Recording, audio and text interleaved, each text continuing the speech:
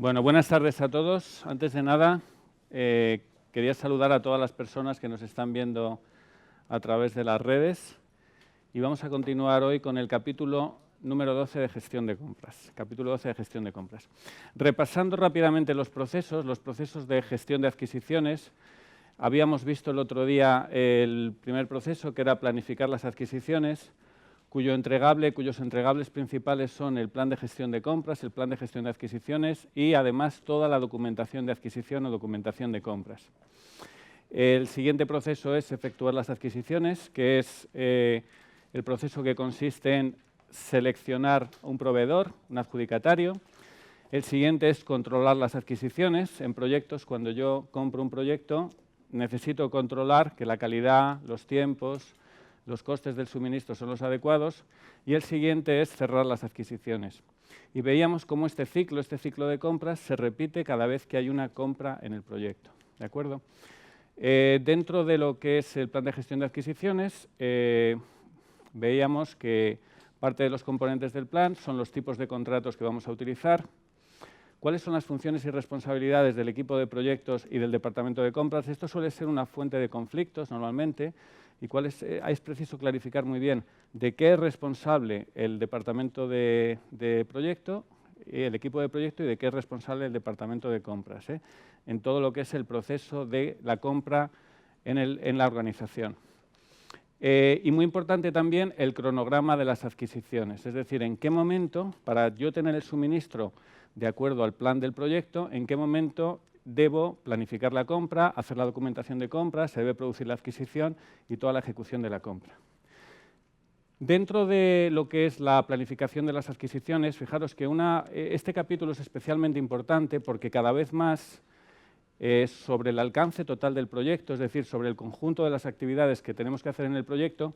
Cada vez más el alcance hay un porcentaje mayor de alcance subcontratado, es decir, sobre el volumen total del trabajo que hay que hacer, el valor añadido que da la empresa es menor y parte del alcance del proyecto se subcontrata a terceros, ¿no? Con lo cual la habilidad de gestionar las compras, de negociar contratos, es importante.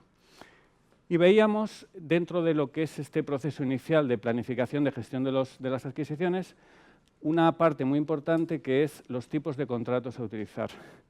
Los tipos de contratos pueden diferir de un paquete de trabajo a otro. Recordemos que en ese capítulo el jefe de proyecto es el cliente. Es decir, yo, en el resto de capítulos del PMBOK, yo trabajo para el cliente, pero aquí compro, con lo cual me convierto yo en el jefe de proyecto que controla al subcontratista o al proveedor. Veíamos tres familias de contratos. La primera son los contratos de precio fijo, ¿no? Beatriz, ¿cuándo utilizamos los contratos de precio fijo en proyectos? ¿Para qué paquetes de trabajo utilizamos los paquetes de precio fijo? Exacto, muy bien. Los contratos de precio fijo se utilizan cuando el alcance está bien definido, es decir, yo no debería comprar nada a precio fijo, a no ser que sea capaz yo como cliente de especificar muy bien las duraciones y claramente lo que yo quiero comprar. Y dentro de esta familia de contratos de precio fijo, pues tenemos contratos de precio fijo y cerrado, en el cual el precio no se modifica, es constante. Contratos de precio fijo en el cual el precio se modifica en función de la inflación. Y luego contratos de precio fijo incentivados o con honorarios. En el PMBOK a la palabra incentivo la llaman honorarios. Y pueden ser honorarios relacionados con el tiempo, con acabar el proyecto antes de tiempo, y yo pago, yo como cliente, un dinero adicional, incentivos relacionados con el coste o incentivos relacionados con que el suministrador me dé una calidad superior a la mínima exigida. Bueno, esta es la familia de contratos de precio fijo y, como muy bien habéis dicho, se utilizan cuando yo soy capaz de especificar muy bien, de definir muy bien el alcance y la duración. Si no, no debería utilizar este tipo de contratos. La siguiente familia de contratos es la familia de contratos de costes reembolsables. Miguel Ángel, ¿cuándo deberíamos utilizar un contrato de coste reembolsable? Bueno, cuando no ahí está tienes. Ni el alcance ni la duración. Exacto. Cuando yo no soy capaz de definir el alcance, por ejemplo, un proyecto de investigación en el cual es muy difícil saber qué actividades tengo que desarrollar para llegar al objetivo final. Hay proyectos que son así. no está muy claro el camino a seguir para llegar al objetivo final. Con lo cual, si esto es así, quiere decir que el suministrador no es capaz de estimar el coste y la duración de manera apropiada porque no sabe qué es lo que hay que hacer. Ejemplo, un proyecto de investigación.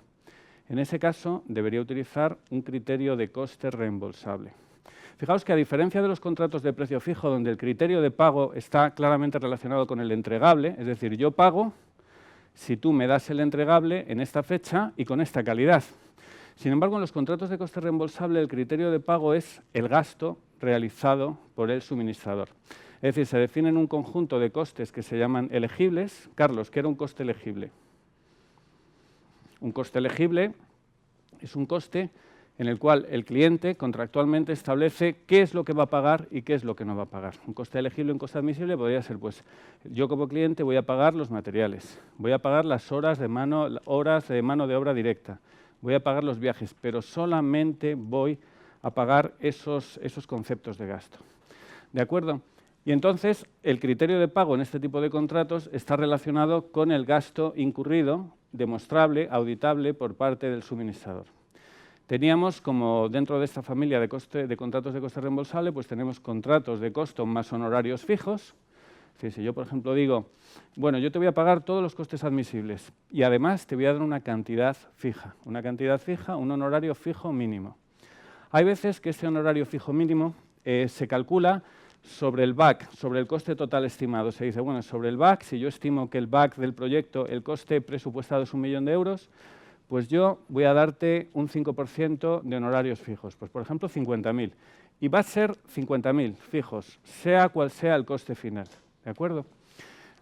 Hay veces que se habla de costes con honorarios, más honorarios con incentivos, y aquí de manera análoga a los contratos de precio fijo, pues digamos que el incentivo, el honorario que se paga, está en función del rendimiento del suministrador, y los honorarios pueden ir ligados también a una mejor calidad, a un menor costo o a una menor duración. Y luego unos contratos llamados costos más honorarios por cumplimiento de objetivos, donde digamos que hay una parte variable, un honorario, cuyo pago es función de criterios que son más subjetivos por parte del vendedor. Bueno, la tercera familia de contratos, Javier, es la familia de contratos de tiempo y materiales. Y decíamos que los contratos de tiempo y materiales tienen aspectos parecidos a los contratos de coste reembolsable y aspectos en los que se parecen a los contratos de precio fijo. ¿Qué es un contrato de tiempo y materiales?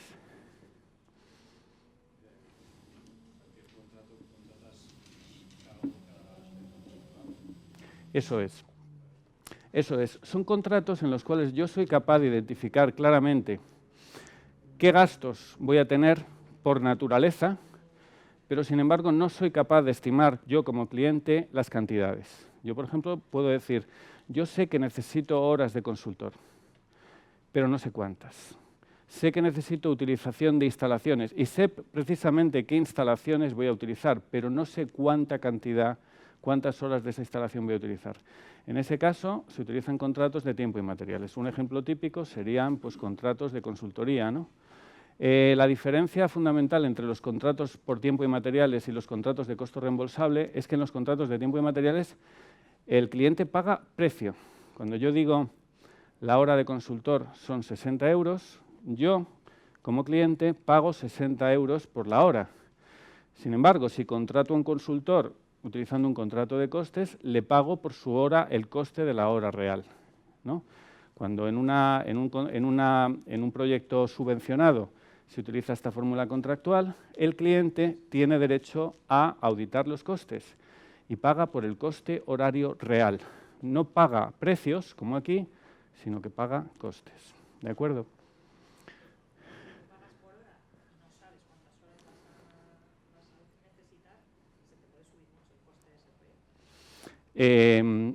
Efectivamente, tanto en este caso como en este caso, al no estar el alcance definido, el volumen final del contrato podría ser muy alto.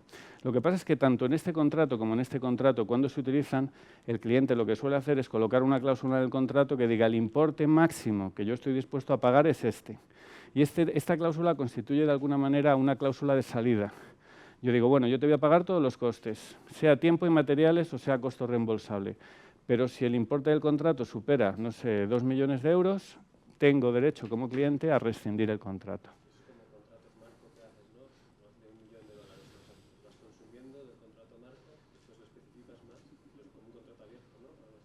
Sí, lo que pasa es un contrato abierto hasta el límite. Hasta el límite, efectivamente. Tiene que haber un límite en proyectos, porque al final esto yo lo estoy utilizando dentro del marco de un proyecto y un paquete de trabajo tiene que tener un coste, no puede ser un coste ilimitado.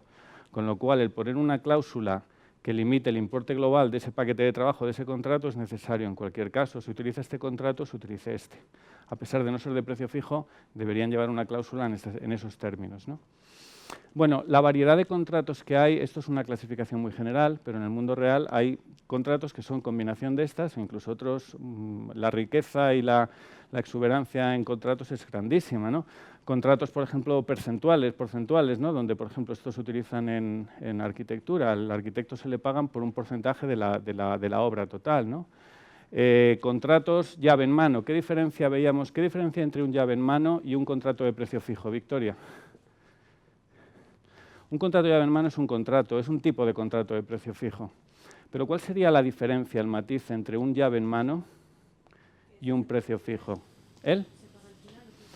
No, en un precio fijo también se puede pagar al final, pueden ser por etapas, tanto un llave en mano como un precio fijo. La diferencia fundamental es que en un contrato llave en mano el riesgo de puesta a punto se le pasa al vendedor, al suministrador. Es decir, cuando a mí me dan el producto final, me dan un producto final que ya es capaz al día siguiente de producir.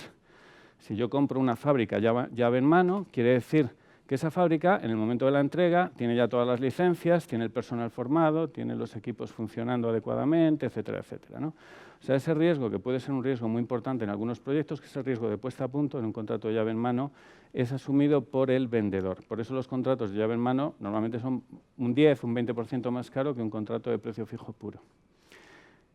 Bueno, y esto es la última familia de contratos muy en boga y muy relacionado con los proyectos de externalización, son los proyectos relacionados con la financiación estructurada, el Project Finance, ¿no? Donde hospitales, carreteras, etcétera, etcétera, donde lo que se busca es pasar un riesgo adicional al vendedor. El riesgo que se pasa en este tipo de contratos es el riesgo comercial, ¿no?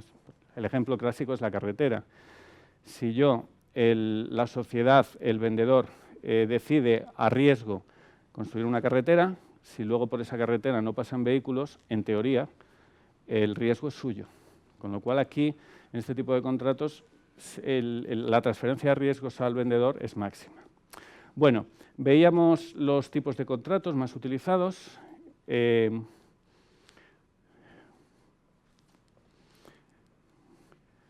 Y en cuanto al grado de control necesario por el cliente, pues lógicamente los contratos de precio fijo son contratos muy cómodos porque el cliente solamente necesita controlar el tiempo y la calidad.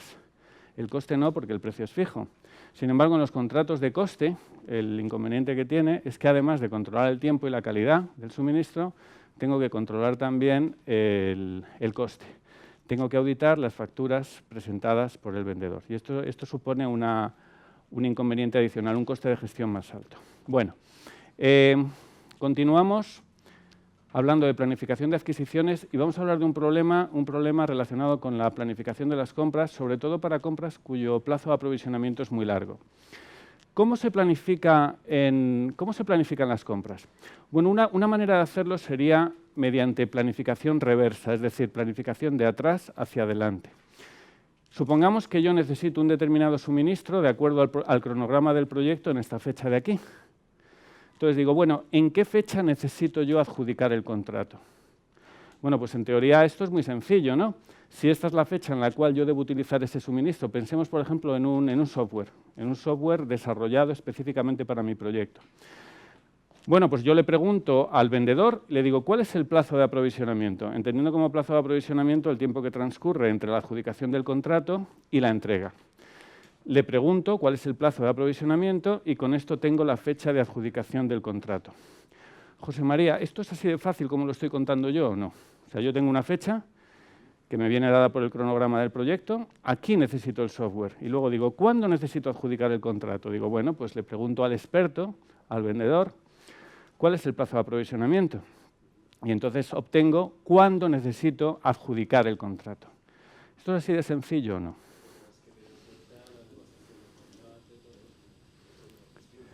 Bueno, efectivamente, esto es la fecha de adjudicación. Por aquí detrás va todas las actividades que conducen a la adjudicación. No, pero yo digo, lo que se refiere a la fecha de adjudicación del contrato. Es así de fácil.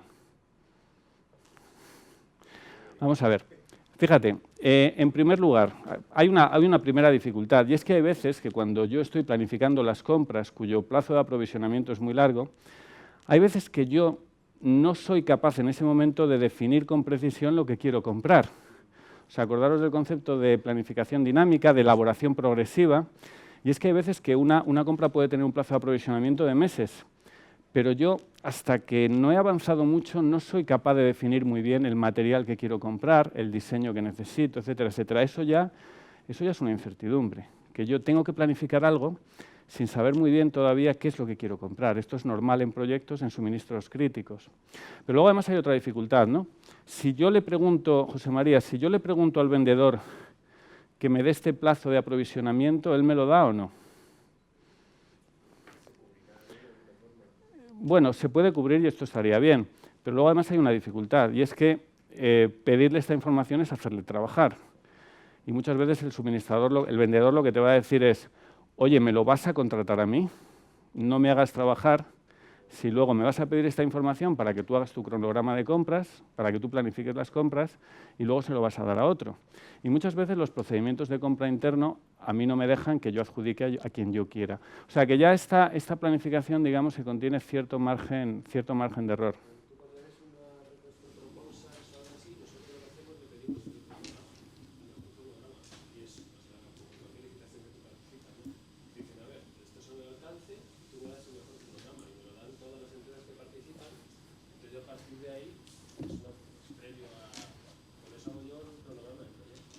Efectivamente, pero tú estás hablando de una planificación hacia adelante, que voy a ver ahora. Yo ahora lo que estoy diciendo es, voy a hacer la planificación hacia atrás. Fijaos que muchas veces en proyectos se empieza planificando desde atrás. Dices, bueno, yo necesito esto aquí. ¿Cuándo necesito adjudicar? Y luego después debería decir, bueno, ¿y cuándo necesito tener las ofertas preparadas para poder evaluarlas? Estoy haciendo la planificación hacia atrás. Lo que tú dices es esto de aquí. Es decir, lo voy a hacer al revés. Voy a decir, bueno, voy a hacer la misma planificación, pero al revés. Voy a hacer una planificación hacia adelante. Es decir, ¿cuándo puedo realmente adjudicar el contrato? Entonces dices, bueno, yo para hacer una compra, ¿qué necesito? Estoy a 29 de mayo. Digo, ¿qué necesito yo? Pues necesito toda la documentación de adquisición. La documentación de adquisición al final acabará en un paquete de documentación que es una solicitud de oferta, una request for proposal. Bueno, ¿y qué tiene una documentación de adquisición? Una documentación de adquisición tiene un montón de cosas, ¿no? Tiene un enunciado de trabajo, una EDT, pero la EDT es solamente de la adquisición. Es decir, puede contener la EDT, acordaos, la EDT era el árbol de paquetes de trabajo, la estructura desagregada del trabajo, pero solamente para esa porción del alcance que yo quiero comprar. Tiene unas condiciones contractuales, unas condiciones comerciales, muy importante, unas instrucciones para ofertar. ¿Por qué? ¿Por qué unas instrucciones para ofertar? Hombre, porque si yo, y esto es muy importante cuando comprar es muy difícil. Yo quiero que las ofertas sean comparables. Entonces, para que las ofertas sean comparables, yo debo procurar que todas estén estructuradas de la misma manera. Y para eso debo decir exactamente cómo quiero las ofertas. Criterios relacionados con la obsolescencia del producto. Muy importante, todos aquellos criterios impuestos por el cliente, ¿no? El otro día decíamos, si el cliente me impone, por ejemplo, que la propiedad industrial del producto es suya, porque yo me he comprometido con el cliente a que todos los derechos de propiedad industrial son suyos, pues yo eso lo deberé reflejar en mis contratos de nivel inferior. Criterios de valoración de ofertas, tipos de contratos que acabamos de ver, etcétera, etcétera. Fijaos que hay veces que yo no sé comprar. Yo tengo una necesidad, pero no sé muy bien qué es lo que quiero comprar. Tengo muy clara mi necesidad, pero no soy capaz de plasmarlo en una especificación. En esos casos se suele utilizar un documento que es una solicitud de información. Las solicitudes de información, Request for Information, es una herramienta contractual que tiene un cliente cuando no sabe comprar y lo que hace es una especie de investigación de mercado. Yo mando una RFI a distintos suministradores, y ellos me dan ideas de cómo resolver ese problema. Una vez que tengo esta información, yo soy capaz de hacer una solicitud de compra ya definitiva. Hombre, la teoría me dice que yo cuando solicito esta información debería pagarlo, ¿no? Y de hecho en algunos países, por ejemplo en Estados Unidos, suele ser pagado. Es decir, cuando un cliente solicita información de qué es lo que necesita, una especificación detallada de un producto se suele pagar. Hay veces que no, hay veces que el cliente lo pide y no lo paga, ¿no? Bueno, estábamos aquí, estábamos en la documentación de adquisición y decía que la documentación de adquisición se compone de todas estas cosas. Podríamos seguir hacia abajo, ¿no? ¿Y de qué se compone un enunciado de trabajo? ¿De qué se compone?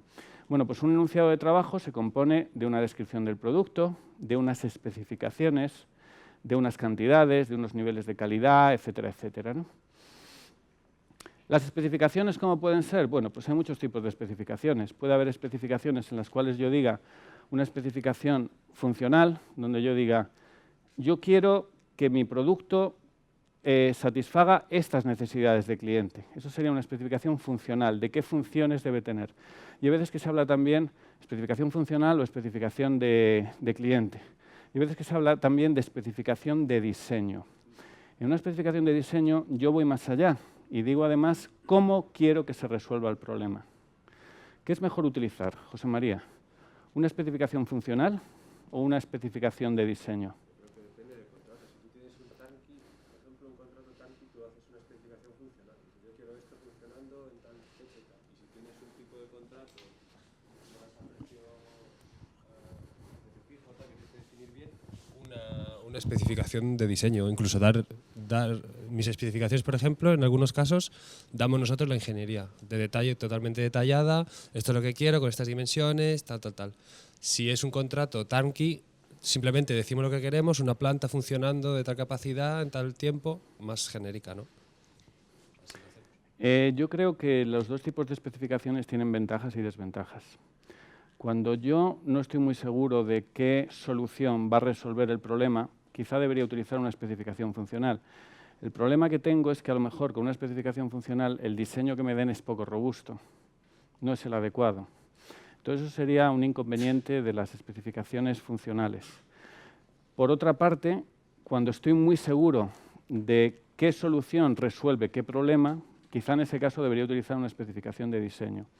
Pero los riesgos asociados a uno y a otro son diferentes, porque claro, si yo por ejemplo le digo al vendedor, yo quiero exactamente este diseño, incluso voy más allá, yo quiero este componente, luego esto se podría volver contra mí, porque alguien me podría decir, mira, es que tú has elegido el diseño, es que tú has elegido el componente. A mí esto me ha pasado, ¿no? En proyectos donde he dicho, no, yo es que quiero que en mi diseño de esta instalación utilices este componente. Luego no ha funcionado y alguien ha dicho, ah, pero es que esto era requisito contractual.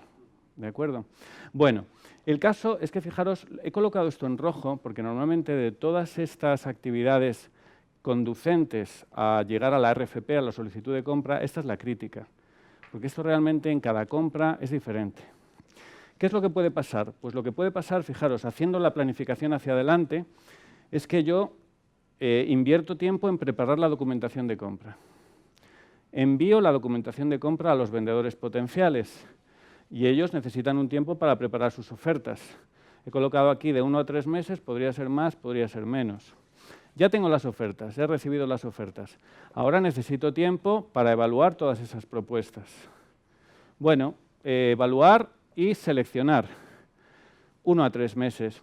Y luego necesito también algo de tiempo para adjudicar. ¿Qué diferencia hay entre seleccionar y adjudicar? ¿Hay alguna diferencia?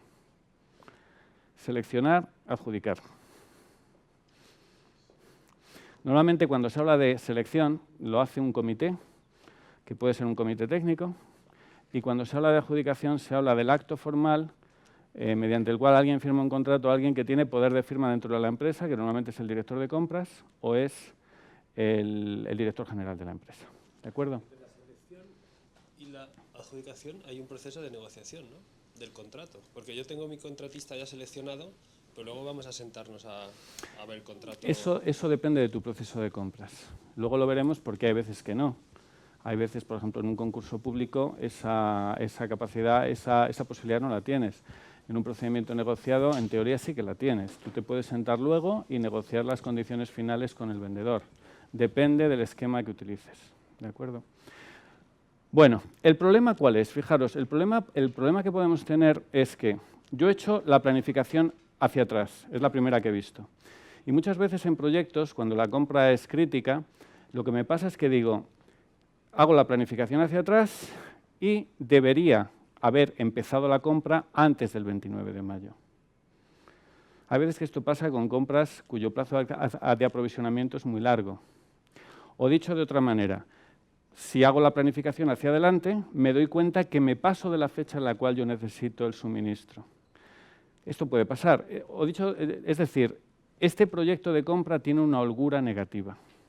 Lo debería haber iniciado antes, pero no lo he iniciado antes. Y si lo inicio ahora, me va a retrasar el proyecto, porque además normalmente las compras críticas, las compras de alto riesgo, suelen estar en camino crítico. Entonces la pregunta es, ya que es un problema frecuente, y hay veces que es difícil de gestionar, ¿qué puedo hacer yo para solucionar este problema? Bueno, pues fijaros, algo que podría hacer, y os voy a preguntar ahora, es pues, cambiar el tipo de adjudicación. De alguna manera, yo el razonamiento que he seguido hasta ahora es un razonamiento de adjudicación competitiva, es decir, yo inicialmente defino el aprovisionamiento, defino qué es lo que quiero comprar, defino la documentación de compras, la RFP, la solicitud de propuestas. Una vez que tengo la documentación de compras, se inicia el proceso de compra y evalúo todas las ofertas y adjudico el contrato. Una vez que el contrato está adjudicado, se ejecuta el contrato hasta la entrega del proveedor, del vendedor. Bueno, esto es un proceso muy largo, ¿no? Hago una documentación de compras, pido ofertas a todo el mundo y al final adjudico. Bueno, ¿por qué no lo hago más simple? Para acortar los tiempos. Si he dicho que mi problema es el tiempo, pues acortemos los tiempos, ¿no? Y una manera de acortar los tiempos es hacer una adjudicación restringida. Pidamos ofertas, por ejemplo, solamente a 2 o 3 empresas. Si pido ofertas a 2 o 3 empresas, fijaros que el proceso de compra, es decir, la realización de la documentación de compras, la duración va a ser la misma. Sin embargo, si en vez de tener que evaluar a 20 proveedores, tengo que evaluar a 2 o a 3, que además les conozco, son de confianza, sé que son técnicamente solventes, son proveedores habituales de la empresa, pues el proceso, esta fase de aquí se acorta muchísimo. Con lo cual, globalmente, he acortado los plazos. Eso sería una solución. Incluso otra solución sería hacer una adjudicación directa, eliminar la competencia. Es decir, cuando yo tengo una fe muy grande en un determinado proveedor, pues directamente negocio con él, pero negocio con él todo, hasta la documentación de compras, porque él conoce mi necesidad y en paralelo puedo ir incluso negociando la especificación de compras. Y todavía se reduce más, ¿no? En proyectos, ¿qué es mejor? ¿Qué proceso es mejor? ¿Utilizar una adjudicación competitiva, abierta, o una adjudicación más restringida? Restringida o incluso directa, utilizando un solo proveedor.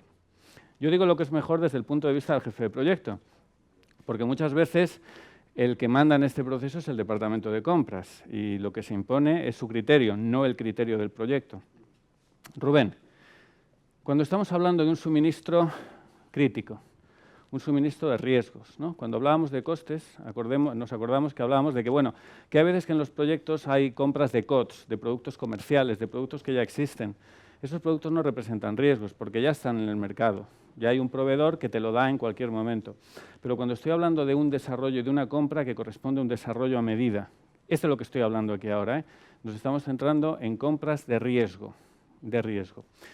Para ese tipo de compras, ¿qué procedimiento, qué tipo de adjudicación es mejor? ¿La competitiva, la restringida o la directa? Y siempre desde el punto de vista del jefe de proyecto. La directa. La directa. Básicamente por eso, porque hablas con una persona, lo haces a medida, básicamente porque llevas todo el control con una empresa, en cambio con varias empresas puedes mezclar conceptos. Y, bueno, la directa. Sí. No hay un riesgo, Victoria, no hay un riesgo en pedirle precio a un solo vendedor.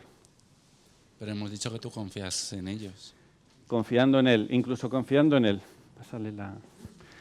Yo elegiría la restringida. Cogería los proveedores con los que hemos trabajado anteriormente y les haría la propuesta.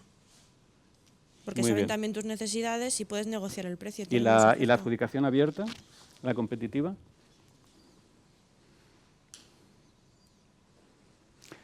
Yo creo que tenéis razón. Yo utilizaría la adjudicación competitiva cuando se trate de un suministro estándar, en el cual haya muchos proveedores en el mercado y en el cual la competencia en precio, yo pueda ponerles a competir en precio sin que baje la calidad. Sin embargo, cuando estoy hablando de un suministro crítico de alta importancia para mi proyecto, que puede retrasar el proyecto o puede influir en la calidad del producto final, yo ahí no me la jugaría. Y lo que haría es preguntarle a empresas que yo sé que hacen las cosas muy bien. Hombre, quizá la adjudicación directa es depender de un solo proveedor a medio o largo plazo sea algo que sea demasiado arriesgado, porque al final, si solamente dependemos de uno, pues puede subirnos el precio, ¿no? Pero realmente, desde el punto de vista de la gestión de proyectos, y no estoy hablando ya de la normativa de la empresa, y vuelvo a repetir que el proceso de compras es de compras, lo define compras, no lo define el equipo de proyecto, pues posiblemente la adjudicación restringida sea la mejor, ¿no? Ya ha habido muchos proyectos que han fracasado porque se ha intentado imponer un modelo de adjudicación abierta para suministros, para componentes, que solamente había muy pocas empresas que lo sabían hacer, ¿eh? Una cosa es sobre el papel decir que se cumple y luego cumplir en la realidad. Bueno. El cliente y el proveedor negocian absolutamente todo y la de canje, incluso he visto que el proveedor muchas veces hace las bases del concurso, luego sacan las bases del concurso y hacen una adjudicación restringida competitiva. Pero sabiendo desde un inicio a quién se lo van a adjudicar, porque ese proveedor... A ver, ¿puedes repetir, Rubén? No sé dónde está. Rubén está diciendo que muchas veces, espero que sean pocas, pero más o menos lo que está diciendo es que muchas veces la documentación de compras la hace el propio proveedor. Entonces, claro, es una profecía que se acaba cumpliendo. Si la documentación de compras la haces tú, no vas a ser tan tonto de hacer algo para no ganar después, ¿no? Esto no debería ser así. Y yo creo que es especialmente grave cuando estoy hablando de una compra de alto valor monetario. Si es una compra pequeña, pues quizá no sea tan crítico. Pero si la documentación de compras, la especificación de compras, que esto es la iniciación de la compra, es la planificación de la compra, yo creo que tiene si el valor de la compra es alto, yo creo que está plenamente justificado que la especificación de compras la haga otra empresa. Si tú, dentro de la empresa, no tienes suficiente competencia para hacer esa especificación de compras, lo lógico es que eso lo haga un tercero. ¿Por qué? Porque el vendedor lo que va a hacer va a ser guiar la especificación a lo que él ya tiene. ¿De acuerdo?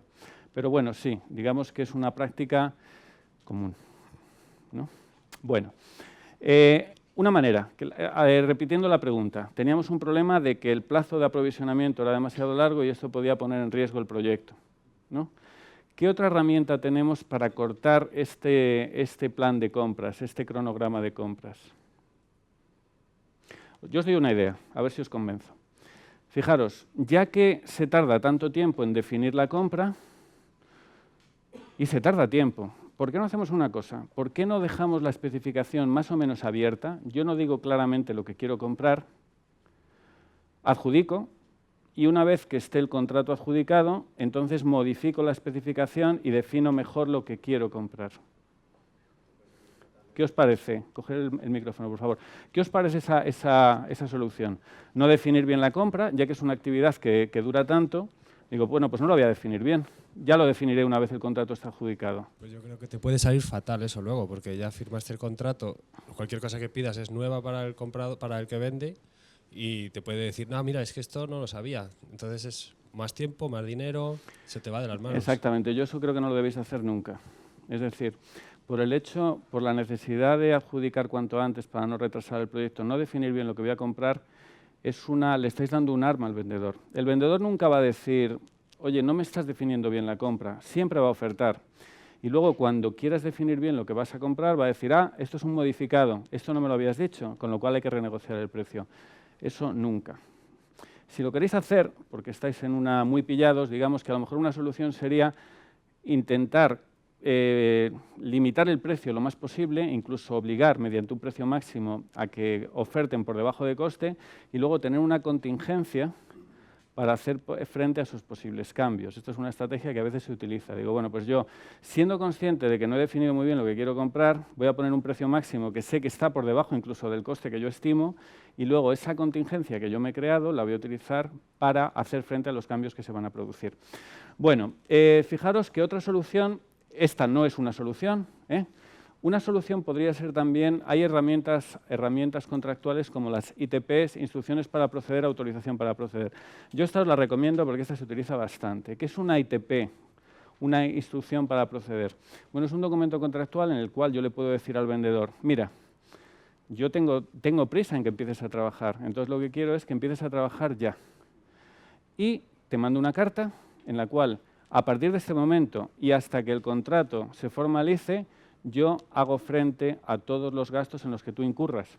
Normalmente las ITPs llevan una duración asignada. Decimos, bueno, la duración de la ITP son 2 meses. Y yo recomiendo también que no solamente, aparte del propio documento, sino que tengan un importe económico. Es decir, por ejemplo, yo puedo decir, mira, yo empiezo a trabajar mañana durante 2 meses y además tienes una cobertura mínima de 250.000 euros. Si dentro de 2 meses, que la validez de la ITP ha cesado, hemos firmado el contrato, pues fundimos la ITP con el contrato. Si no, no pasa nada. Tú me pagas el dinero que yo te he dado y tan amigos, ¿de acuerdo? Lo que sí os recomiendo que nunca hagáis es trabajar sin contrato, ¿no? Sobre todo si estáis trabajando como vendedores. Trabajar sin contrato es algo que no se debe hacer nunca. Y si alguna vez estáis forzados a hacerlo, yo creo que eso es una decisión que no debería tomar el jefe de proyecto. ¿Quién debería tomar esa decisión, Dayana? Imagínate que tienes una situación en la cual el proyecto se retrasa, entonces tienes que contratar algo, ¿no? Tú eres el cliente y entonces dices, bueno, pues le dices al proveedor que empiece a trabajar. ¿Esa decisión, el jefe de proyecto tiene autoridad para tomar esa decisión, sí o no? No, en este sentido tendría que ser la persona que autoriza la compra o... Yo creo que en ningún caso tiene el jefe de proyecto autoridad. El proyecto no, o sea, el director como tal o el patrocinador. El patrocinador. Nunca se debe trabajar sin contrato, pero si en algún momento lo tenéis que hacer y no lo queréis formalizar mediante un instrumento como una ITP, yo lo que recomiendo es que ese tipo de decisiones que pueden comprometer a vuestra empresa, porque de alguna manera el vendedor va a tener un documento donde tú le has instruido que empiece a trabajar. Desde ese punto de vista, yo recomiendo que esa decisión se escale a alguien con autoridad, que puede ser el patrocinador o el sponsor. Por supuesto que si actuáis de vendedores, la situación es todavía más grave, O sea, muchas veces empiezas a trabajar para un cliente sin contrato y esto es un gran riesgo, porque a medida que transcurre el tiempo, tu fuerza negociadora cada vez es menor. El comprador sabe perfectamente que tú ya has invertido en ese proyecto y lo has estado financiando tú, con lo cual estás dando un argumento para bajarte todavía más el precio. O sea, como vendedores todavía esto es todavía más grave. Por lo cual, este tipo de instrumentos pues, son muy útiles y bastante utilizados. Cuidado no confundir con la carta de intenciones. Una carta de intenciones, a diferencia de las ITPs, no es vinculante. Una carta de intenciones no es vinculante. Puede tener parte del contenido de la carta de intenciones puede ser vinculante, pues por ejemplo, suele llevar incorporados cláusulas de confidencialidad. Eso sí, cláusulas de confidencialidad o cláusulas que te dicen que las partes van a negociar de buena fe. Pero el hecho de que alguien diga en una carta de intenciones que te va a contratar un volumen determinado de trabajo no es vinculante. Con lo cual, yo no empezaría a trabajar con una carta de intenciones. ¿De acuerdo?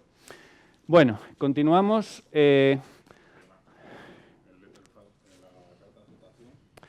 Una carta de aceptación a veces es un documento que se utiliza cuando ya el contrato está prácticamente cerrado, a la espera de la firma. Entonces, muchas veces las partes intercambian una carta en la cual se dice, bueno, el contrato ya está en vigor, aunque la fecha de firma sea tal fecha, ¿no? Eso sí es vinculante, ¿de acuerdo? Bueno, entonces, antes hacíais una pregunta respecto a formas de adjudicación. Hablábamos de adjudicación directa, adjudicación competitiva, adjudicación directa y adjudicación restringida. La adjudicación competitiva suele estar claramente estructurada. Hay una primera fase en la cual se evalúa la competencia técnica de los posibles ofertantes. Hay veces que los departamentos de calidad de las organizaciones ya tienen un registro de proveedores evaluados y esta fase es mucho más sencilla, porque yo ya sé claramente si el proveedor pasa ese filtro inicial. Luego hay una segunda fase en la cual se presentan ofertas, y aquí pues hay veces que se presenta una oferta técnica, una oferta económica. La oferta técnica tiene que ser revisada, si no pasa el filtro técnico, ni siquiera se evalúa la oferta económica. Y hay veces que estos procesos competitivos, hay veces que de los 2 o 3 finalistas hay una fase de negociación final. Hay veces que hay clientes que te dicen que acaba aquí el proceso, pero luego no es verdad. Y cuando tú has quedado muy igualado con otro, pues dices, bueno, y ahora vamos a darle una vuelta de tuerca más al precio a ver qué conseguimos, ¿no? Pero digamos que es un proceso muy sólido, pero el problema es que es un proceso muy largo, ¿no?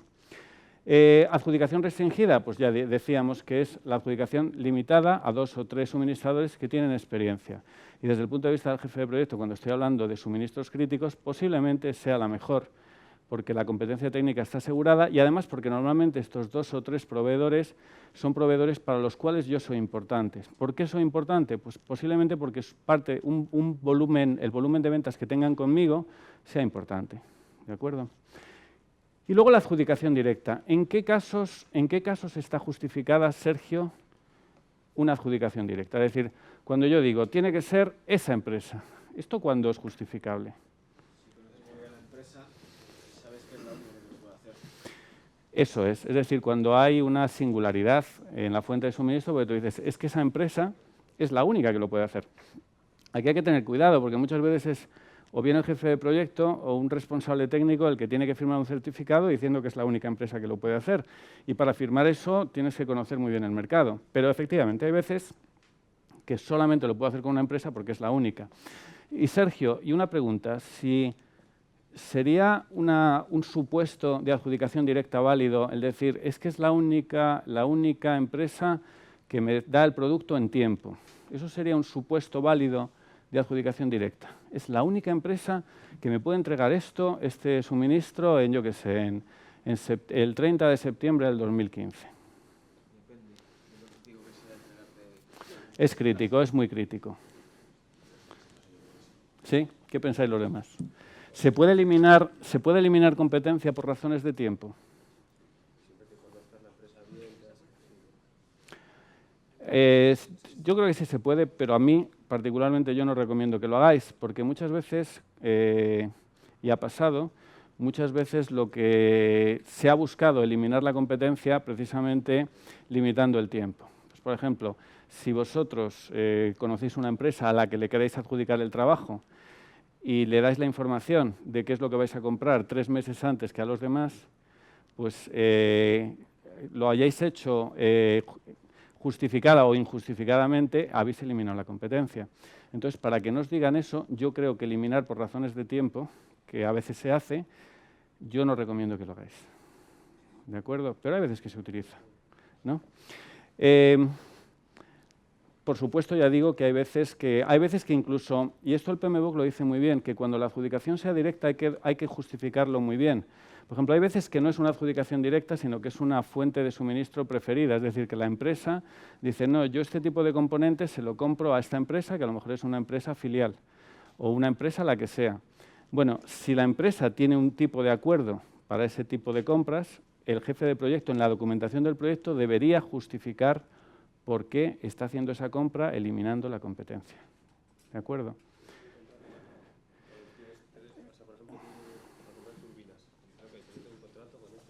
Sí. La empresa puede tener, por ejemplo, un contrato marco para decir, bueno, es que mi empresa estas turbinas se la compra solamente a General Electric. Bueno, pues tú entonces, dentro de tu proyecto, cuando vayas a comprar turbinas, tendrás que referir en la documentación de compra a ese contrato marco que tienes firmado con ese tercero. ¿De acuerdo? Tenemos que tener en cuenta que las grandes fortunas en general se han hecho mediante compras en proyectos, en grandes proyectos. Y la parte de la gestión de la ética en gestión de proyectos incide sobre todo en el capítulo 12 de gestión de compras. Entonces, el jefe de proyecto tiene que ser exquisito en documentar exactamente por qué se está eligiendo todas las decisiones de compra. ¿De acuerdo? Tiene que ser exquisito en esta justificación. Fijaos que muchas veces el documentar mucho el proceso no hace que la compra sea ética o limpia, ¿no? Y eso depende más bien de las personas que intervienen, ¿no? Entonces esto lo tengo que tener en cuenta, ¿no? Yo he visto cosas, pues por ejemplo, cómo se puede, una cosa que vi una vez en una empresa era utilizando un contrato de tiempo y materiales, cómo puedo guiar yo la compra a quien yo quiero adjudicársela. Imaginaos un contrato de tiempo y materiales que se puede utilizar, pues, por ejemplo, para comprar suministros informáticos. Yo quiero comprar papel, lápices, bolígrafos, impresoras, fotocopiadoras. Y entonces la forma de evaluar el adjudicatario es el que me da un precio global, a lo mejor un precio ponderado de cantidades por precios unitarios. ¿Cómo se puede, digamos, guiar la compra a un proveedor al que yo le quiero adjudicar? ¿Cómo se podría guiar?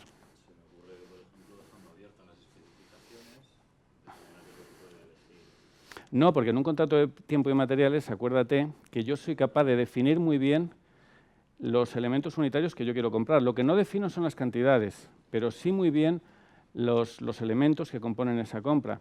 No, yo podría, por ejemplo, ponerme de acuerdo contigo y decir, mira, cuando vayas a dar el precio, sube mucho el precio de los bolígrafos, sube mucho el precio de los papeles, del papel, sube mucho el precio de las grapadoras. Sin embargo, tira hacia abajo el precio de las impresoras, que es el precio grande. Tú dirás, bueno, sí, pero si tiro el precio de las impresoras voy a perder dinero. Dices, no, no te preocupes porque yo impresoras no voy a comprar. Entonces, el proceso de compras está muy bien, tiene que estar muy bien definido, pero además debe estar gestionado globalmente por personas que quieran ser éticas. Y de ahí que el jefe de proyecto tenga que ser, ya digo, tenga que ser muy cuidadoso en todo lo que es la documentación de compras, documentándolo todo muy bien. Bueno, fijaos, aquí tenéis un ejemplo de una empresa, no pretende tener generalidad, pero un ejemplo de lo que sería el proceso de compras en una empresa, ¿de acuerdo? Antes de nada, el proceso de compras, la gestión de compras. ¿Hay algún elemento, hay algún proceso de compras que sea de iniciación o no? ¿Os acordáis? Planificación de las adquisiciones, efectuar las adquisiciones, controlar las adquisiciones y cerrar las adquisiciones. En los proyectos no hay nada de compras durante el proceso de iniciación. Según el PMBOK, no. Pero en los proyectos reales no hay nada que sea crítico relacionado con las adquisiciones, con las compras. Pues fijaros, hay proyectos, acordaros que el PMBOK no es más que una guía, pero puede haber proyectos en los cuales una determinada compra sea un elemento crítico. Entonces eso claro que sí debería estar en la iniciación, aunque el PMBOK no lo diga. Bueno, yo por eso os he puesto aquí un ejemplo de una empresa en la cual, fijaros, he intentado delimitar claramente, y solamente es un ejemplo, las responsabilidades del departamento de compras y del departamento de proyectos, del equipo de proyecto. En esta fase de planificación e iniciación, el equipo de proyecto solicita una compra. Estoy planificando nada más, estoy planificando. El departamento de compras pide ofertas. Fijaros que en esta requisición de compras el jefe de proyecto puede poner lo que quiera. Puede decir, yo necesito esto, definir la compra. Puede definir también, yo quiero que le pidas oferta a esta y a esta empresa. Puede poner lo que quiera. El departamento de compras, atendiendo esta solicitud, puede modificar cosas de la solicitud de compra. Puede pedir ofertas adicionales a otras empresas, aunque el jefe de proyecto no lo haya dicho. Una vez que tengo todas las ofertas, el equipo de proyecto revisa la validez técnica de esas ofertas y la evaluación de los vendedores la realiza el departamento de compras. Es una evaluación que muchas veces es una evaluación simplemente a los efectos de planificar el coste total del proyecto. Todavía no quiero comprar, pero acordaros que yo necesito desde el principio del proyecto saber cuánto va a costar el proyecto. Entonces, si hay un suministro que es crítico, que tiene un valor monetario unitario alto, yo necesito empezar la compra antes. Ahora llega el momento, en una fase posterior, de realmente hacer la compra. Bueno, pues otra vez el equipo de proyecto ahora sí pide en firme una solicitud de compras. Ha pasado mucho tiempo, con lo cual, a lo mejor, ¿cuánto tiempo tiene una oferta? ¿Qué validez tiene una oferta, Ruth? Típica. Cuando yo pido una validez, una oferta a un vendedor, ¿cuánto tiempo me dan de validez? Pues yo creo que máximo 2, 3 meses, no más. Pero claro, yo estoy diciendo que aquí tengo un problema, porque si yo tengo una compra cuyo plazo de aprovisionamiento son 6 meses y resulta que esa oferta se queda obsoleta, pues de alguna manera necesito tener la estimación inicial, pero en el momento de la compra necesito refrescar, necesito actualizar esa oferta. Bueno, pues aquí el proyecto pide la compra ya para hacer la adquisición en firme, el departamento de compras actualiza, confirma que los precios dados inicialmente son los correctos, se repite lo de antes, hay una revisión técnica y ahora sí se selecciona y se adjudica el contrato. Y esto lo hace el departamento de compras, ¿de acuerdo? Esto lo hace el departamento de compras. Es decir, el equipo de proyecto sugiere, pero realmente el que tiene autoridad es el departamento de compras. Y ya digo que hay veces en los proyectos que esto es un riesgo, que me encuentro sorpresas, porque lo que inicialmente de un determinado proveedor es un precio que me dieron hace 4 o 5 meses, cuando llega el momento de hacer la compra, el proveedor ha subido el precio. ¿De acuerdo? Esto sería un riesgo, yo lo categorizaría como un desconocido y que normalmente deberías tener una pequeña contingencia para cubrir este incremento de coste que puedas tener.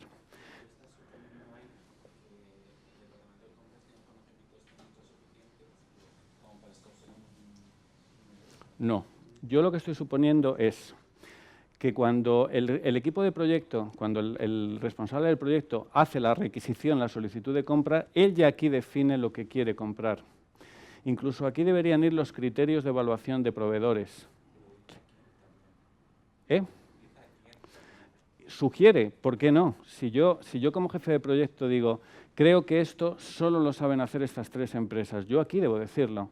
Es mi responsabilidad decirlo y debo decirlo. Lo que quiero decir es que el departamento de compras, que al final es el que protege al director general, porque cuando el director general firma, realmente el que se la está jugando es él.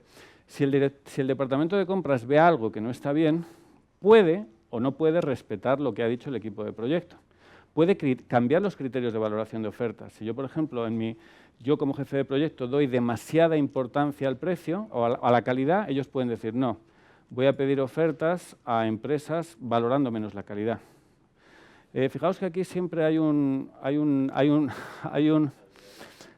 juego de poder, si queréis, pero que es necesario, porque yo cuando he sido jefe de proyecto siempre he visto al departamento de compras, siempre les he visto como un departamento burocrático que ralentizaba el proyecto de manera innecesaria.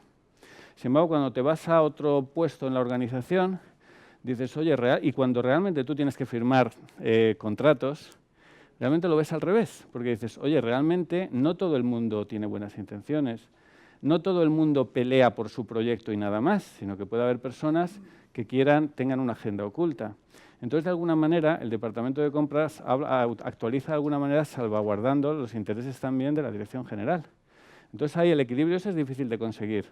¿Cómo conseguir productos en calidad, en tiempo y en coste, sin de alguna manera saltarse todos los procedimientos internos de la empresa, ¿no?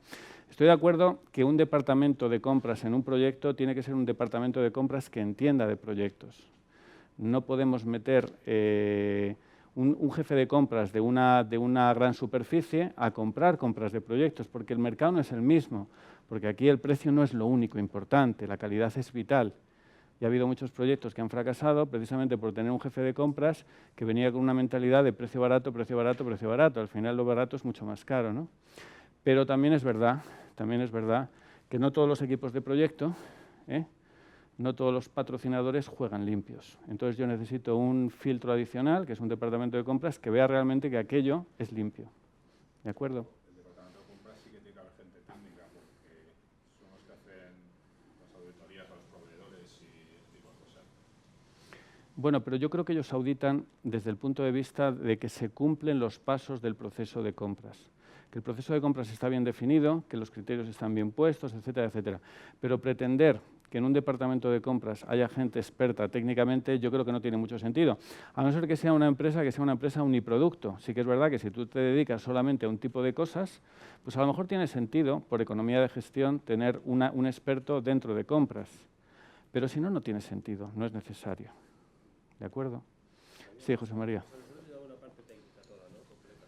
Y entonces ellos, en compras, deberían llevar la parte de los precios y tal.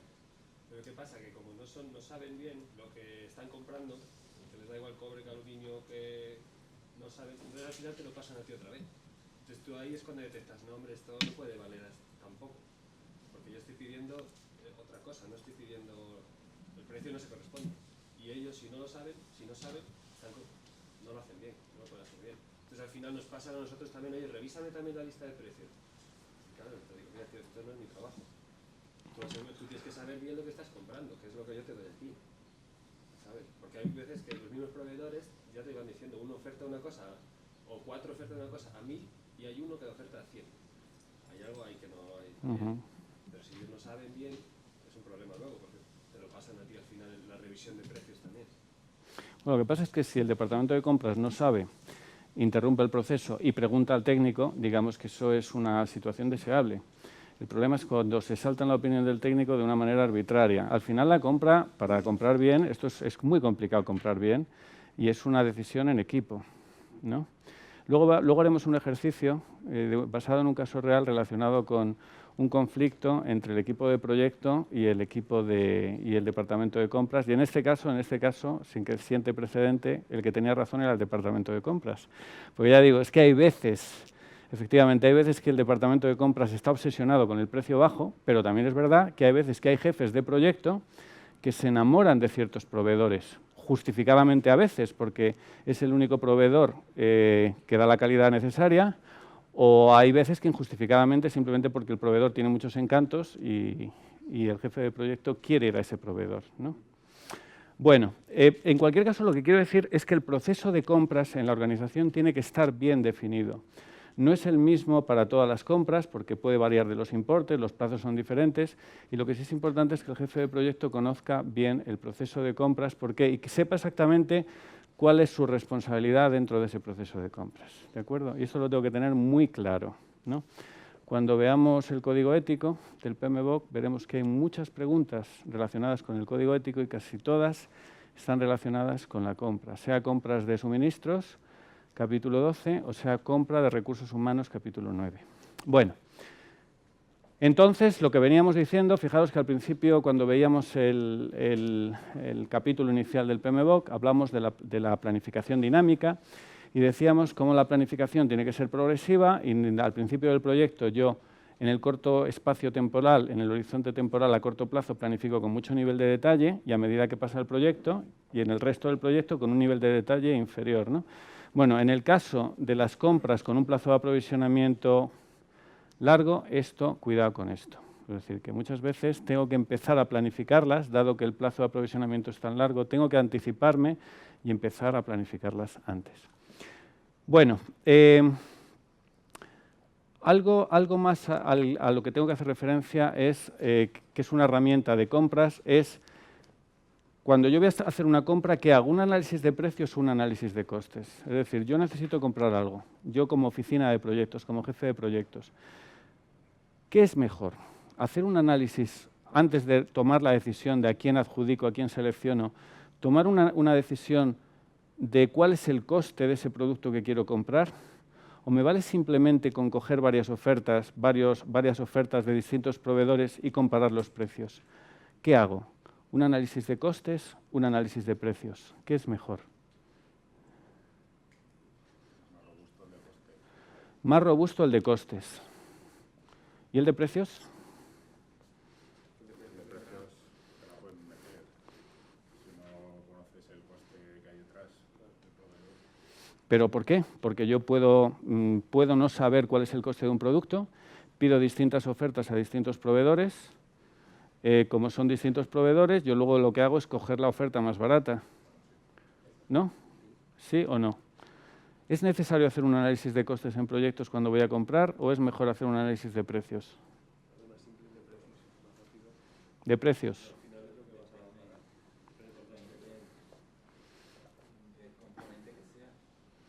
Un componente de alto valor unitario. ¿Qué es mejor, hacer un análisis de precios o un análisis de costes? ¿De costes o de precios?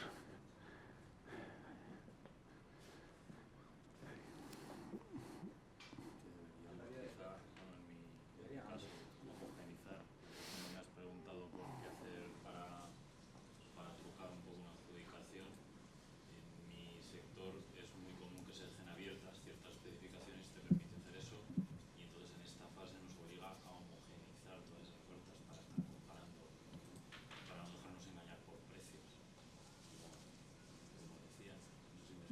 No.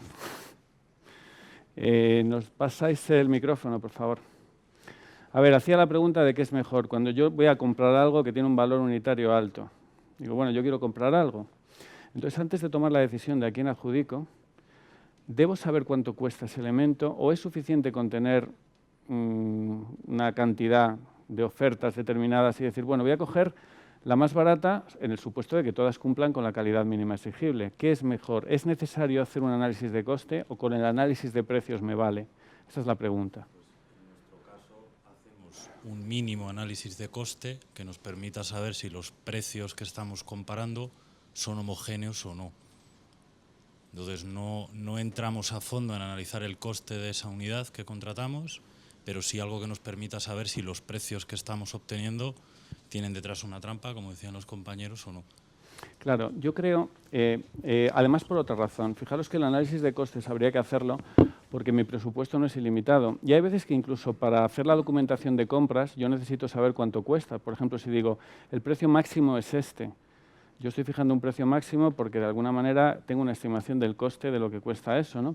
Pero además hay otro riesgo adicional y es sobre todo un riesgo importante cuando estoy hablando de algo que cuesta mucho dinero. Y es, cuando yo compro algo en un proyecto, algo que es singular, no hay tantas empresas que sepan hacer eso.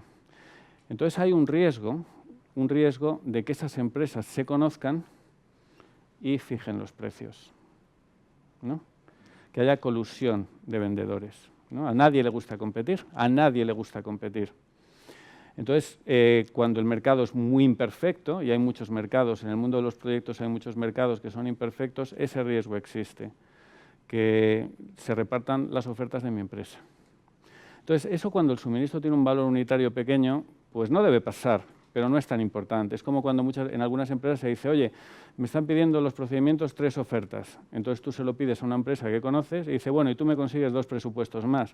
Esto no debería hacerse así, pero ya sabes perfectamente que esos 2 presupuestos más, por supuesto, van a ser más altos que el presupuesto de a quien le has pedido la oferta, ¿no? Esto es muy grave cuando estoy hablando de un suministro que tiene un valor muy alto. Entonces, para evitar esa falta de competencia en el suministro, yo debería hacer mi propia estimación de costes para evitar ese efecto, ¿de acuerdo?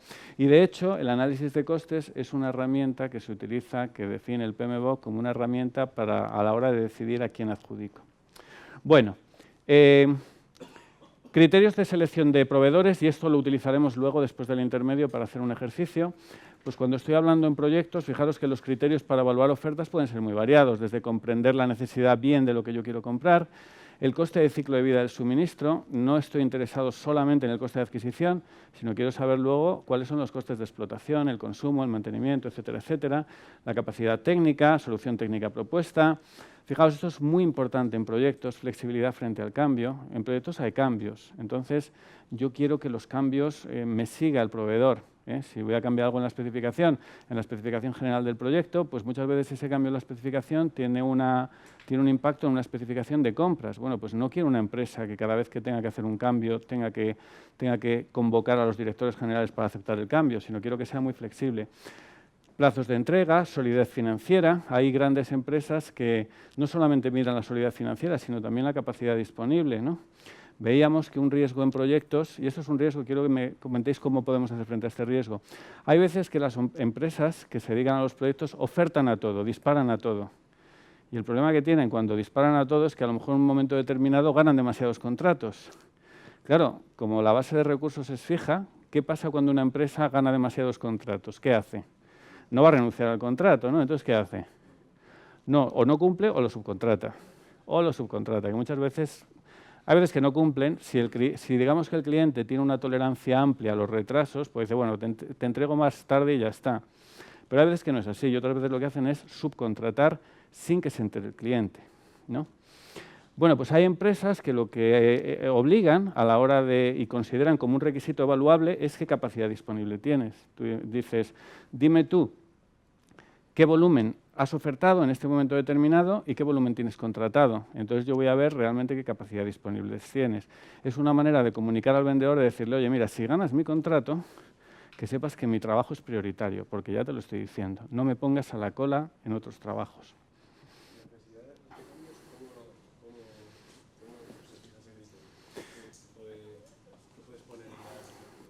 Bueno, yo lo que pondría para la necesidad de cambios, aparte del histórico, que si tú has trabajado con esa empresa sabes cómo de flexibles ante cambios, pues yo ahí lo trataría desde distintos puntos de vista. Pues a lo mejor diciendo, estructurando muy claramente en el contrato los cambios, cómo se van a tratar, a lo mejor fijando tarifas específicas para cambios, marcando unos tiempos de respuesta ante un cambio pedido por el cliente. Yo digo, bueno, quiero que los cambios se evalúen, me presentes una oferta ante una solicitud de cambio mío de cliente, quiero tener una oferta en el plazo máximo de una semana.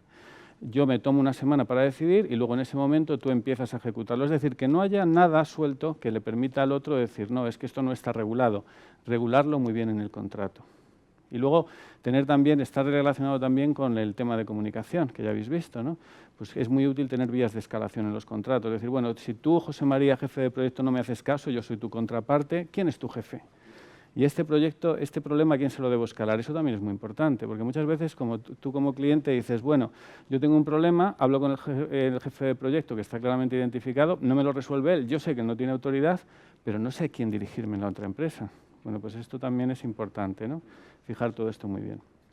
Desde luego yo creo, fijaros, por muy bien que hagáis todo esto, yo he visto muchas veces que se ha seguido el procedimiento al pie de la letra, se han seguido criterios muy claros de adjudicación, con pesos, etcétera, etcétera, y al final la compra no ha salido bien.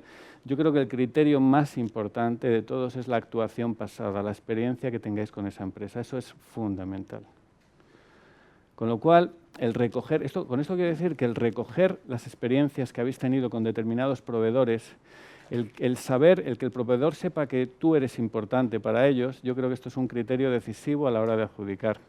Y adjudicar a alguien nuevo, que sobre el papel es muy bueno, no tiene tanta validez, porque en un papel se puede poner cualquier cosa, ¿no?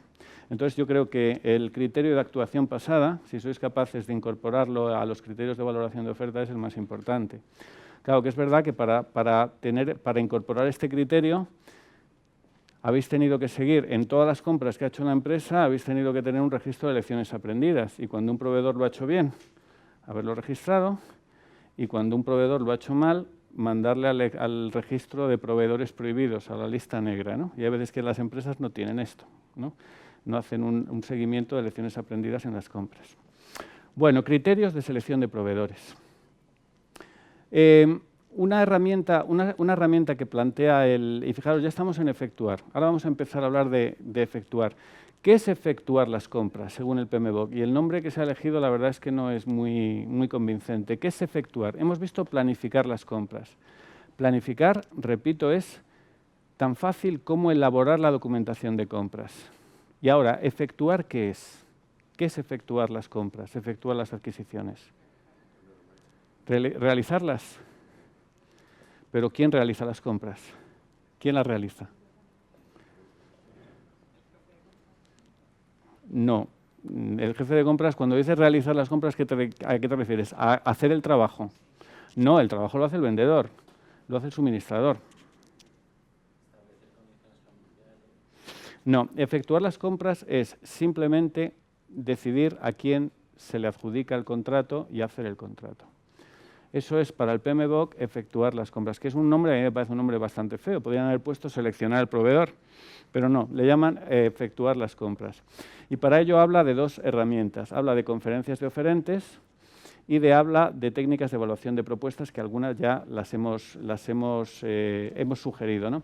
¿Qué es una conferencia de oferentes? Pues es una conferencia de oferentes. Esto no pasa en todos los sectores industriales, pero hay algunos en los cuales antes de sacar la documentación de compras definitiva, el cliente convoca a todos los posibles ofertantes y les dice, oye, mira, quiero comprar esto. Esta es la documentación de compras en borrador. Enteraros que voy a hacer esta compra. Lo que está haciendo el cliente con eso es incrementar la base de proveedores, hacer que se presente más gente. Incluso hay otra ventaja adicional, y es que si alguno tiene alguna sugerencia respecto a esa compra, pues se puede incorporar en la documentación de compras. Ya digo, esto de algunos sectores industriales, por ejemplo el aeronáutico, esto se hace, pues este tipo de conferencias se hacen, en otros pues no se hacen casi nada, ¿no?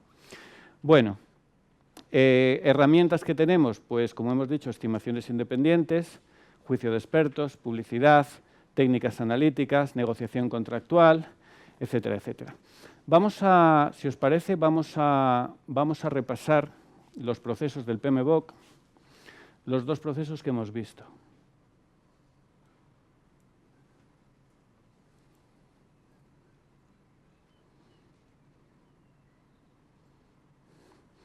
Muy rápidamente.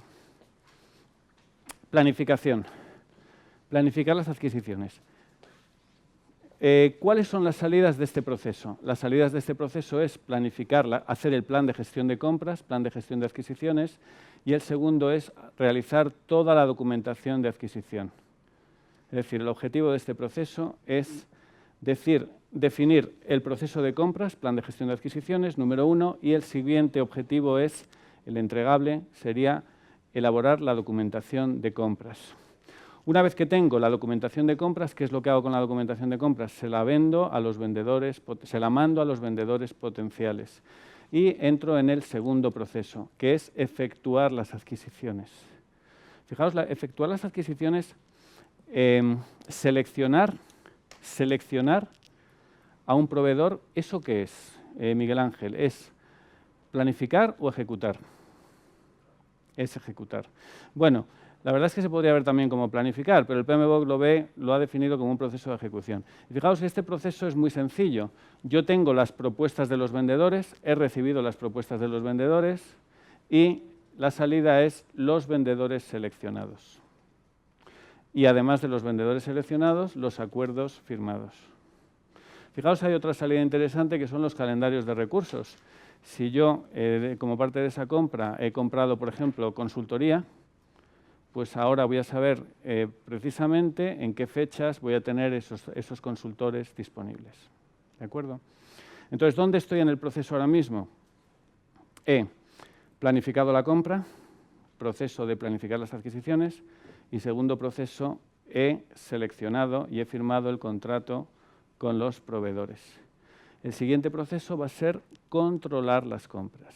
Controlar las compras. Una pregunta.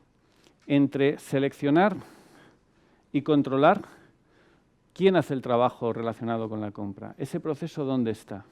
Es decir, yo le adjudico a la empresa de José María, le adjudico un trabajo, yo como cliente, pero ahora el trabajo hay que hacerlo. ¿Ese trabajo dónde está en el PMBOK? No, el trabajo de realizar el trabajo. O sea, yo te adjudico, pues, por ejemplo, a hacer una mesa. Firmamos el contrato, pero ahora hay que hacer la mesa. Entonces, ese trabajo de realizar el alcance correspondiente a la compra, ¿dónde está en el PMBOK?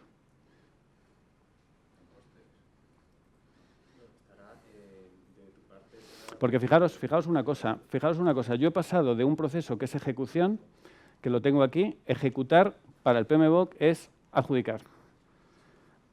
Sin embargo, paso directamente a un proceso de control. ¿Dónde está el trabajo relacionado con el propio objeto del contrato, que es realizar ese trabajo? ¿Eso dónde está? ¿Dónde está ese trabajo? Bueno, ese trabajo en el PMBOK no está, porque el PMBOK es una guía pensada en el jefe de proyecto y en su organización. Y esto es un trabajo que se hace en otra organización, es un paquete de trabajo externo. Entonces, aquí aparece solamente directamente el control. En el proceso siguiente aparece el control. ¿De acuerdo?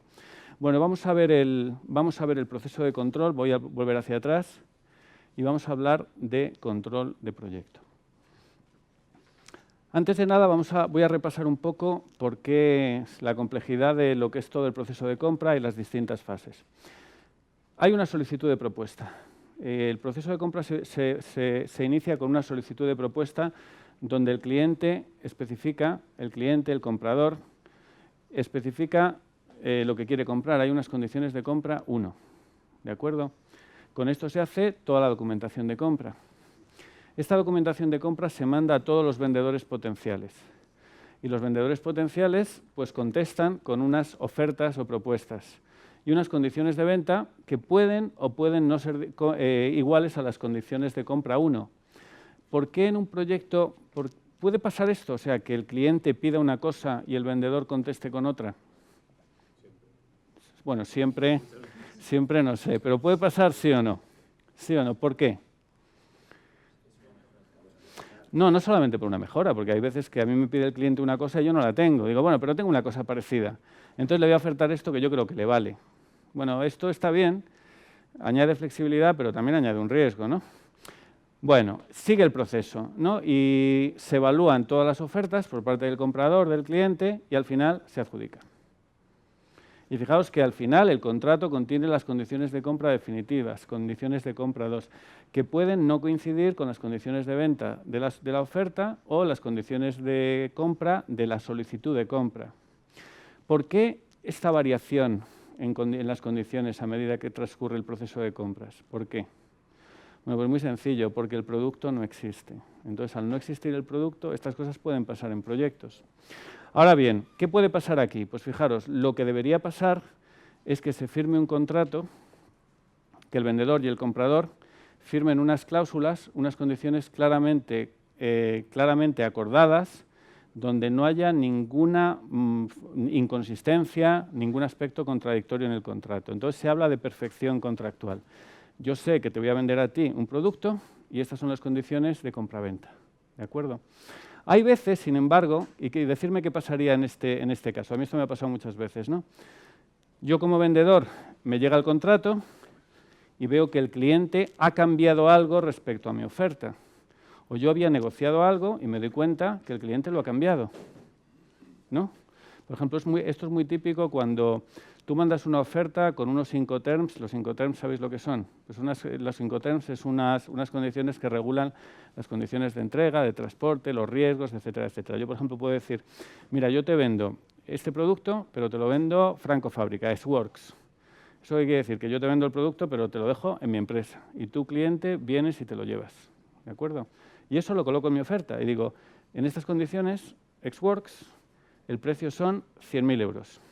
Pero luego llega el cliente, te manda el contrato y te dice, no, yo te pago 100.000 euros, pero me lo llevas a mi empresa. A lo mejor la empresa está en Singapur, utilizando un DDP, que es el extremo, el Incoterm extremo. Claro, eso es un cambio de contrato y muchas veces eso no debería ser aceptado. Esto es una razón por la cual hay que leerse los contratos, ¿no? Y entonces yo tengo la tentación, o podría tener la tentación, luego os contaré un caso, de decir, bueno, yo acepto el contrato, pero condicionado a mis condiciones, las condiciones que te di en mi oferta. Aquí ya hay un peligro. Ya hay un peligro, ¿por qué? Porque las partes están entrando en una relación contractual donde no están de acuerdo en lo que se van a entregar mutuamente. Entonces luego puede haber un conflicto, ¿de acuerdo? Yo puedo decir, bueno, yo acabo el producto, pero no te lo llevo a tu empresa, ¿no? Y hay veces, fijaros, que el cliente, una de las partes, ni siquiera se lee el contrato. Yo he tenido clientes que a lo mejor me mandan a mí el contrato, yo lo firmo, yo como vendedor, les cambio algo en el contrato, se lo envío y ellos directamente lo guardan en un cajón y no se lo leen. En ese caso, ¿qué pasaría? Bueno, pues ahí hay que tener cuidado, porque si una de las partes empieza a trabajar, eso equivale a una aceptación tácita de las condiciones del contrato. Entonces, cuidado, porque esto hay que hacerlo bien, ¿de acuerdo? Esto hay que hacerlo muy bien y la negociación contractual es importante y es importantísimo que el jefe de proyecto tenga unas nociones básicas de contratación. Y hablando de nociones básicas de contratación, vamos a hablar, antes de ir al intermedio, de unas cláusulas que son, yo creo que las más importantes. En los proyectos, las cláusulas más importantes son aquellas en las que se determina el objeto. ¿Qué es lo que yo te voy a vender? El objeto. Luego las cláusulas de cambios, cómo se van a gestionar los cambios, que en un proyecto siempre se van a producir los cambios, luego tiene que estar muy claro el mecanismo contractual mediante el cual las partes pueden cambiar el tiempo, el coste o la calidad. Y unas muy importantes son las cláusulas relacionadas con la terminación. ¿Por qué son importantes las cláusulas relacionadas con la terminación? Bueno, pues porque muchas veces los proyectos pasan por fases en las cuales las partes se plantean si seguir o no seguir con el contrato. Y además, normalmente, cuanto la duración sea mayor riesgo, mayor probabilidad hay de entrar en una discusión en la cual se plantee una ruptura. Bueno, hay dos tipos de terminaciones que pueden ser naturales o problemáticas. La natural es cuando una de las partes entrega el producto y la otra paga. Pero puede haber terminaciones por incumplimiento, por conveniencia o por fuerza mayor. Claro, esto es muy fácil, muy brevemente. Cuando yo analizo una cláusula tengo que ver cuáles son las causas y los efectos, ¿de acuerdo? Causas y efectos. Si estoy hablando de incumplimiento, Victoria, ¿cuáles serían las causas ligadas a una terminación por incumplimiento? ¿Qué se te ocurre a ti? Por ejemplo, un problema de calidad. Dices, oye, es que tú me estás dando un producto que no está en fecha o no está en calidad. Esa sería una causa de incumplimiento. Si por llegar tarde a una reunión, eso sería una cláusula de un supuesto de incumplimiento. Hombre, es un incumplimiento, ¿no? Yo creo que no. Luego veré lo que yo haría, ¿no? ¿Y cuáles serían los efectos ligados al incumplimiento?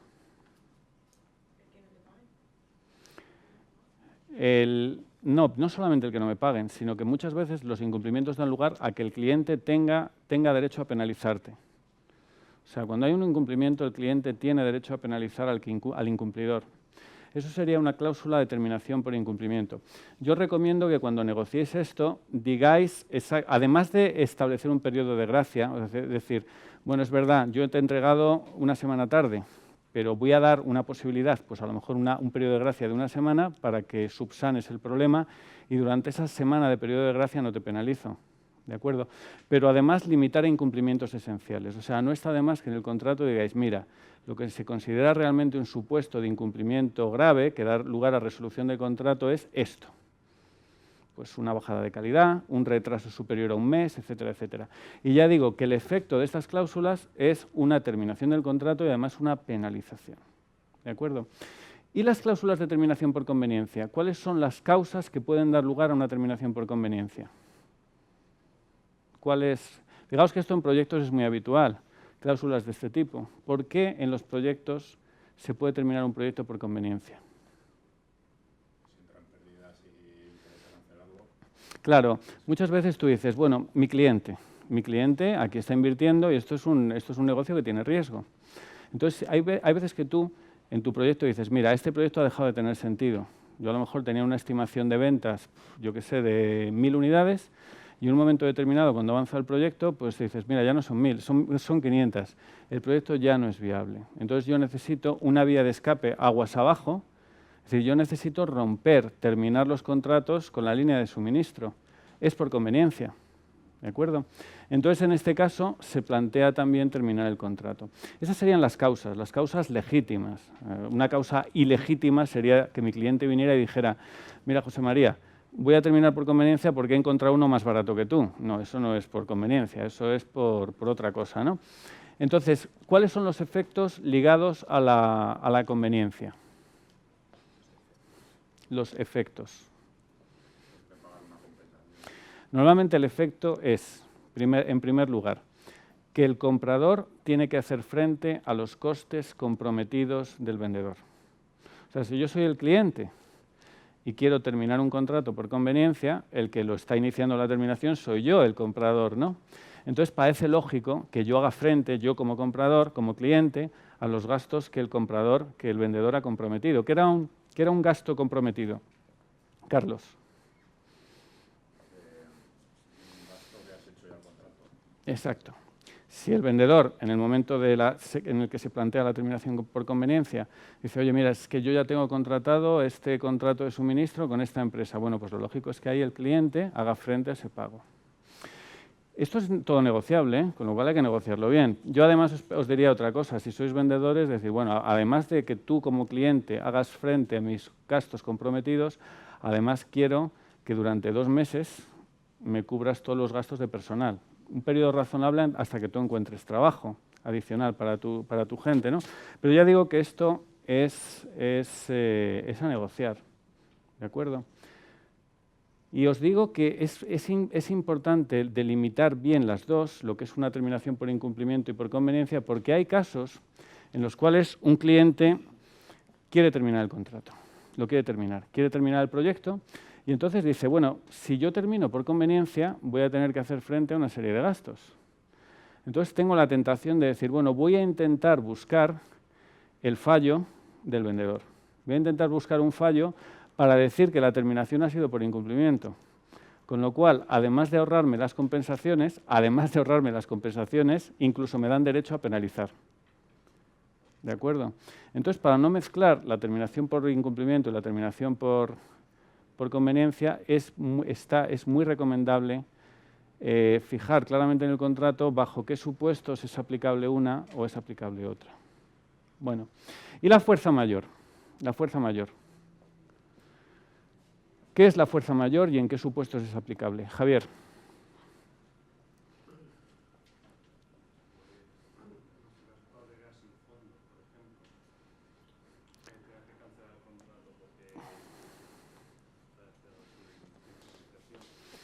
¿Eso sería un supuesto de fuerza mayor?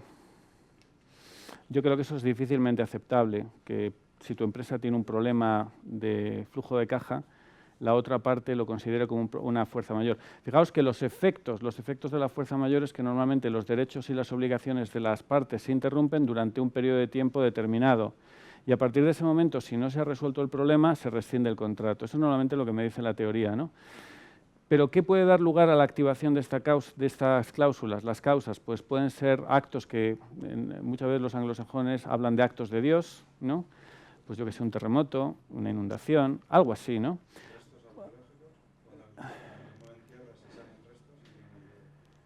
Yo eso, como es un riesgo, vamos a ver, para que la fuerza mayor sea fuerza mayor, tiene que cumplir con varias características. Una de ellas es que sea imprevisible y que no la vayas buscando tú. Yo creo que un resto arqueológico es algo que podías haber previsto dentro de tu proyecto. Para mí no sería fuerza mayor, sobre todo si estás haciendo un proyecto en Sevilla. No, hombre, igual lo estás haciendo en medio de Oklahoma, que ahí no hay constancia de restos arqueológicos y a lo mejor allí es fuerza mayor, ¿no? En cualquier caso, fijaros una cosa, todo lo que viene regulado en el contrato es importante regularlo bien todo en detalle, pero la ley aplicable al contrato actúa de manera subsidiaria, es decir, lo que tú no digas en el contrato, muchas veces tienes que ir a la ley aplicable al contrato y ver en la legislación en la que tú hayas firmado ese proyecto, qué es lo que dice la ley de ese país. Y cuidado, porque hay cosas que a lo mejor en una legislación se consideran fuerza mayor y a lo mejor en otras no. Yo he visto, por ejemplo, que una huelga es fuerza mayor. Pues en muchas legislaciones no es fuerza mayor. ¿No?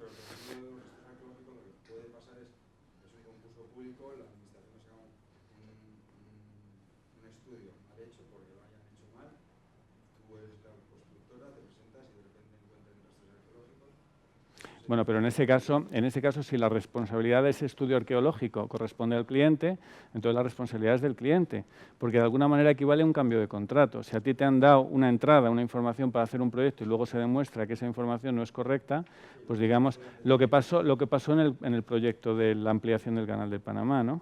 Yo he hecho mi planificación con un supuesto que me has dado tu cliente, pero no es el correcto, con lo cual yo luego digamos que tengo justificación para pedirte una modificación y que tú pagues, ¿no? Por ejemplo, tengo una pregunta. Un tsunami, ¿eso es fuerza mayor o no? ¿Sí o no? Pues fíjate, ahí se ha fallado de manera diferente, porque cuando una empresa tailandesa ha tenido una interrupción en la producción o en sus proyectos, sí se ha reconocido como fuerza mayor porque la base de sus operaciones estaba en Tailandia. Sin embargo, cuando una multinacional estaba trabajando allí, no se reconoce como fuerza mayor porque se dice, oye, tú deberías haber previsto, es un riesgo que es un riesgo de continuidad de negocio y deberías tener identificado, si una fábrica se te para, dónde te llevas la producción. Eso es un riesgo de negocio, que cuando te hace una auditoría de riesgos te dicen, oye, ¿qué pasa si ese proveedor deja de funcionar? Tú eres una multinacional, para ti eso no es fuerza mayor. Por eso digo que los supuestos hay que ver muy bien lo que se regula, porque muchas veces hay una intencionalidad de justificar un bajo rendimiento por fuerza mayor, ¿no? De esto hay bibliografía muy divertida, pero yo recuerdo un caso que me viene a la mente de una empresa creo que era de Europa del Este, que había vendido un montón de hierro a un plazo determinado a otra empresa, ¿no? A otro país. Y justo en el momento, a 2 años, ¿no? Y justo en el momento en el que se tenía que producir la entrega, pues el precio del hierro subió mucho, con lo cual el vendedor dijo, bueno, voy a perder mucho dinero. Si lo hubiera vendido ahora, habría ganado mucho más. ¿Qué es lo que hizo? Pues muy fácil. Dijo que no podía venderlo y alegó que su gobierno no le daba la licencia de exportación. Claro, la empresa compradora, el gobierno comprador dijo, no, de eso nada, esto no es fuerza mayor. Esto es algo que tú has buscado. Has hablado con alguien del gobierno para que te denieguen la licencia de exportación. Fueron a un tribunal de arbitraje y lo perdieron. O sea que muchas veces la fuerza mayor se busca para incumplir a propósito del contrato, ¿no? Por eso lo importante de regular muy bien qué se considera y qué no se considera fuerza mayor.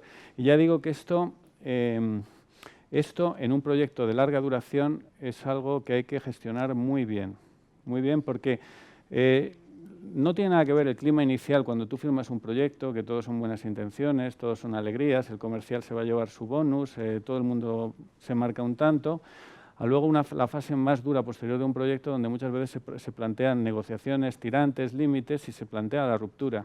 En ese caso te das cuenta de lo importante que es tener un contrato adecuadamente firmado. ¿De acuerdo? ¿De acuerdo? Fijaos, un contrato bien firmado, cuando yo digo de un contrato bien firmado, sería, idealmente, como un contrato de cualquier tipo. Un contrato en el que yo me pueda salir cuando yo quiera, o sea, que yo tengo una barrera de salida muy baja, y sin embargo la otra parte no se puede salir a no ser que yo le deje salirse, ¿no? Pues eso sería un contrato muy bien negociado, igual que un divorcio, pues algo parecido, ¿no? Yo me voy cuando quiera, pero tú no te puedes ir si yo no te dejo, ¿no? Algo así, ¿no? Buscando un símil. Ya digo, estas cláusulas hay que negociarlas muy bien. Yo recuerdo el Eurofighter hace muchos años, el Eurofighter, cuando se produce la reunificación alemana, pues que fue algo parecido. Los alemanes intentaron salir, ¿por qué? Pues porque heredaron muchos aviones, ¿no? Y entonces él les dijo desde la otra parte, dice, bueno, tú te sales, pero si te sales tienes que pagar todas estas penalizaciones. Entonces, cuando vieron lo que tenían que pagar, dijeron, no nos salimos, no nos compensa salirnos. Sí que es verdad que la especificación la degradaron, hicieron un producto más barato, pero no se salieron. O sea que muchas veces unas buenas cláusulas pues, protegen al proyecto hasta su terminación. ¿De acuerdo? ¿Alguna pregunta? ¿Sí? ¿No? Bueno, pues si os parece, lo vamos a dejar aquí y continuamos dentro de 15 minutos. Muchas gracias.